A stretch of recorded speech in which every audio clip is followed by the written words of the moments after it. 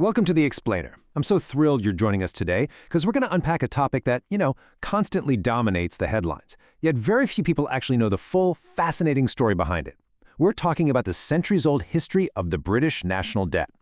We're going to trace this massive financial mountain all the way from its origins with medieval monarchs right up to the modern economic data. Let's get right into it. Okay, let's dive into this number, 100.1%. According to the Office for National Statistics, as of June 2023, the British national debt hit an absolutely staggering 100.1% of the nation's gross domestic product. In absolute terms, we're talking thousands of billions of pounds. And when debt equals the entire economic output of a country for a whole year, it naturally sets off some alarm bells. But that brings us to a really crucial question, doesn't it? Is this the highest it's ever been? Is today's massive debt mountain truly unprecedented? Well, to answer that, and to really understand what's happening right now, we've got to look back through history. Because the story of Britain's debt isn't just about modern economics. No, it's a wild story of empires, global conflicts, and radical financial experiments. So let's rewind the clock to Section 1, Origins and the Bank. We're going back to the late 17th century to see exactly where this long, complex history of government borrowing first kicked off. Now, before the late 1600s, lending to the crown was, honestly, an incredibly risky business. In 1672, King Charles II simply suspended his debt payments in an event known as the Great Stop of the Exchequer. Creditors were completely ruined. So, to fix this terrible reputation and raise reliable funds, they needed a massive financial revolution. This directly led to the founding of the Bank of England in 1694, which officially put an end to those royal defaults.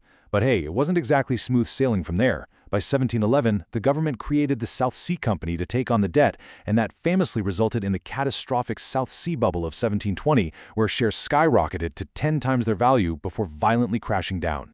Let's actually think about that original 1694 Bank of England deal for a second. Public finances were in such a dire condition under King William III that he had to agree to these super steep terms. We're talking a £1.2 million loan at an 8% annual interest rate plus a £4,000 annual management charge. An 8% annual interest rate on $1.2 million? That's a rate that would literally make a modern finance minister faint. So why agree to this? Well, William really needed to finance his military campaigns. And that right there is a recurring theme you should absolutely take away from this explainer. The national debt was essentially born out of war. Which brings us perfectly into Section 2. Financing global conflicts. As Britain expanded its reach globally, those global conflicts fundamentally reshaped the national debt, pushing borrowing to heights that honestly make today's numbers look kind of modest. Think about these two historical peaks. They show a completely different scale. In 1815, right at the end of the Napoleonic Wars, debt soared past 200% of GDP, hitting a then unthinkable £1 billion. And then, over a century later, following World War II, it broke that 200% barrier all over again. So while 100% of GDP today is definitely significant, Britain has successfully scaled much taller debt mountains before, reaching well over double the size of its entire economy just to fight for its survival. But what's truly staggering is the sheer velocity of borrowing during these conflicts. Take World War I, for example. At the start of the 20th century, the debt had actually been whittled down to around 30% of GDP. But then, boom, the national debt absolutely exploded, leaping from £650 million in 1914 to $7.7 billion by 1919. The government just had to borrow heavily, mostly from the United States, by the way, just to keep the war effort alive. Now, here's a historical fact that surprises almost everyone. We mentioned earlier that the Bank of England put a stop to royal default. Well, the British government wouldn't default again until 1934. Yeah, during the brutal economic reality of the Great Depression, Britain actually ceased repayments on its World War I loans to the US. Around $4.4 billion was just left unpaid. And technically speaking, those original World War I loans remain in this curious state of limbo to this very day. Crazy, right? What's truly profound here, though, is the impact of all that debt during peacetime. By the mid-1920s, the interest payments alone on government debt were absorbing an incredible 44% of all government expenditure. It easily exceeded the defense budget. The debt literally choked the domestic budget until war clouds started gathering again in the late 1930s and rearmament suddenly became the top priority. And of course, that rearmament led straight into World War II, which naturally required another massive round of borrowing.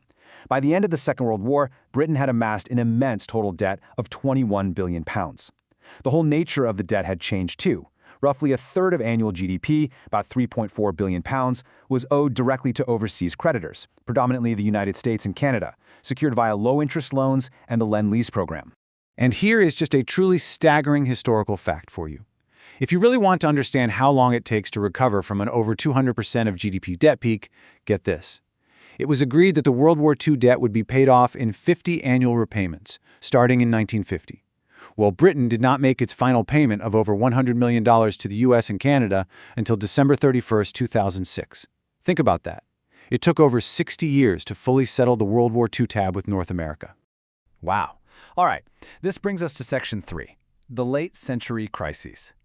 After World War II, the debt did gradually fall as a proportion of a growing GDP. But the peacetime economy started facing some severe structural challenges, and that leads us directly into the very turbulent 1970s. So in 1976, the government, led by Prime Minister James Callaghan, faced a massive sterling crisis. The value of the pound was tumbling, and the government simply couldn't raise the funds to maintain its spending commitments. The media reaction at the time was just brutal. Chancellor Dennis Healey was described by a lot of the press as being forced to go cap in hand to the International Monetary Fund to beg for a bailout. It was widely viewed as a major moment of national humiliation. The realities of that 1976 IMF rescue package were pretty stark. Britain secured a £2.3 billion loan, which, by the way, was the largest ever call on IMF resources at that point in history.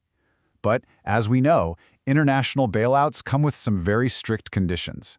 The IMF demanded deep cuts in public expenditure. So, in effect, to save the pound, the UK government temporarily had to yield a massive degree of control over its own domestic policy to an international organization. Following the economic fluctuations of the 80s and 90s, we finally arrive at our final chapter, Section 4, the 21st Century Surge. We're going to use data from the Office for National Statistics to trace this modern climb. So here is a really crucial point. By the fourth quarter of the year 2000, Britain's debt-to-GDP ratio had actually fallen to a remarkable relative low of just 29.5%. It practically mirrored the levels seen just before World War I. This establishes the absolute base of the modern debt mountain that we are standing on today. So how on earth did we get from 29.5% back up to over 100% in just 2 decades? Well, we can trace this 21st century surge right through 3 clear drivers based on the source data. Step 1. In the early 2000s, despite sustained economic growth, public expenditure was deliberately increased, largely channeling funds into health, education, and social security. Step 2. The catastrophic 2008 Great Recession hit, completely forcing the government to borrow vast sums to fund bank bailouts and stabilize the entire financial system. And Step 3. As that recession bit hard, personal and business tax receipts rapidly declined. This left a huge, massive gap between what the government spent and what it actually earned. The ONS time series data shows this rapid, dramatic acceleration immediately following that 2008 recession. In just one single year, from late 2008 to late 2009, debt jumped from 47.6% to over 60%, and by quarter 4 of 2010, it had completely broken 70%. The speed of the borrowing during the financial crisis was just staggering, and it essentially locked in a new, much higher baseline for the entire country.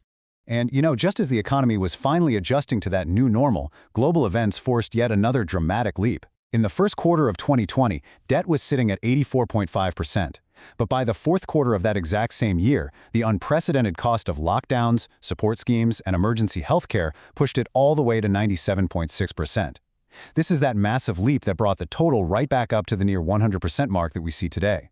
Which brings us to the end of our explainer. From kings completely defaulting on loans to financing global empires, surviving world wars, weathering sterling crises, and bailing out modern banks, the national debt is basically a mirror reflecting the nation's history. As the data clearly shows, the debt always fluctuates. It rarely just stays still. So looking at these historical cycles of war, crisis, and recovery, what do you think the next chapter will look like? It's definitely a fascinating question to ponder. Thank you so much for joining me for this explainer, and remember to keep questioning the numbers behind the headlines.